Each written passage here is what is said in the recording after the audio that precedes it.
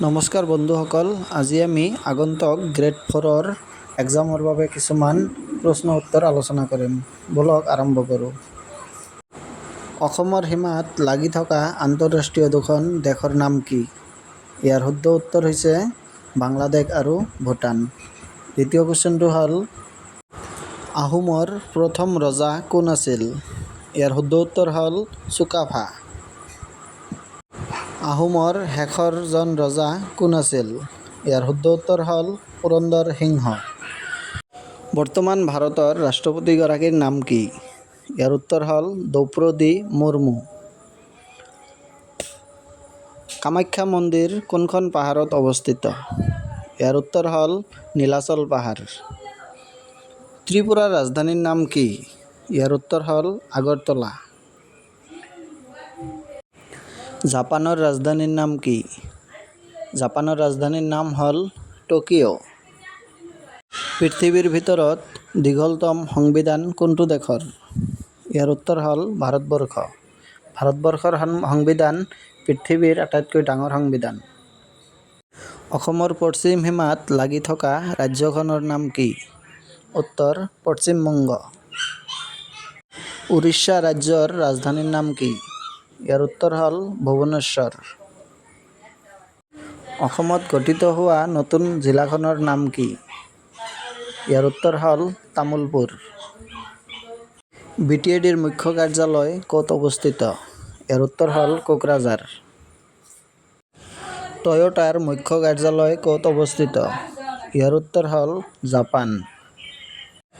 2024 চনত জ্ঞানপীঠ বঁটা লাভ কৰা ব্যক্তিজনৰ নাম কি? উত্তৰ হ'ল গুলজাৰ। বিশ্বকাপ ফুটবল খেলত ব্ৰাজিলে কিমানবাৰ জয়লাভ কৰিছে? ইয়াৰ উত্তৰ হ'ল বিশ্বকাপ ফুটবল ব্ৰাজিলে 5 বাৰ জয়লাভ কৰিছে। জম্মু আৰু কাশ্মীৰৰ এখন পৰ্বতমালাৰ নাম কি? উত্তৰ হ'ল পীৰ পাঞ্জাল পৰ্বতমালা। মানাস ৰাষ্ট্ৰীয় উদ্যান অসমৰ কোনখন জিলাত অৱস্থিত? ইয়াৰ উত্তৰ হ'ল বাক্সা জিলা। প্ৰতিমাৰ খনিকৰ বুলি কাক কোৱা হয়? উত্তৰ হ'ল চন্দ্ৰকুমাৰ আগৰৱালা। মাধৱদেৱে ৰচনা কৰা বৰগীতৰ সংখ্যা কিমান? উত্তৰ হ'ল 157টা। চন্দ্ৰকুমাৰ আগৰৱালাৰ কবিতাৰ মূলমন্ত্ৰ কি আছিল? ইয়াৰ উত্তৰ হ'ল সৌন্দৰ্যৰ আৰাধনা জীৱনৰ খেল। সৌন্দৰ্যৰ আৰাধনা জীৱনৰ খেল আছিল চন্দ্ৰকুমাৰ আগৰৱালাৰ মূলমন্ত্ৰ।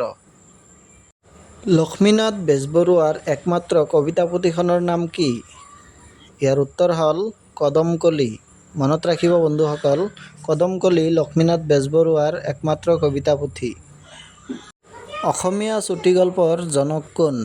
অসমীয়া চুটিগল্পৰ জনক উত্তৰ হ'ল লক্ষ্মীনাথ বেজবৰুৱা। ডক্টৰ নিৰ্মলপ্ৰভা বৰদলৈয়ে 2001 চনত কি বঁটা লাভ কৰিছিল? ডক্টৰ নিৰ্মলপ্ৰভা বৰদলৈয়ে 2001 চনত কি বঁটা লাভ কৰিছিল? ইয়াৰ উত্তৰ হ'ল প্ৰবীণা শইকীয়া বঁটা। অসমীয়া ভাষাত কিমানটা উপসৰ্গ পোৱা যায়? ইয়াৰ উত্তৰ হ'ল 20টা। নিজ দেশৰ বাহিৰৰ মানুহক কি বুলি কোৱা হয়? উত্তৰ বিদেশী। মহাপুৰুষ শংকৰদেৱে প্ৰৱৰ্তন কৰা ধৰ্মটোৰ নাম কি?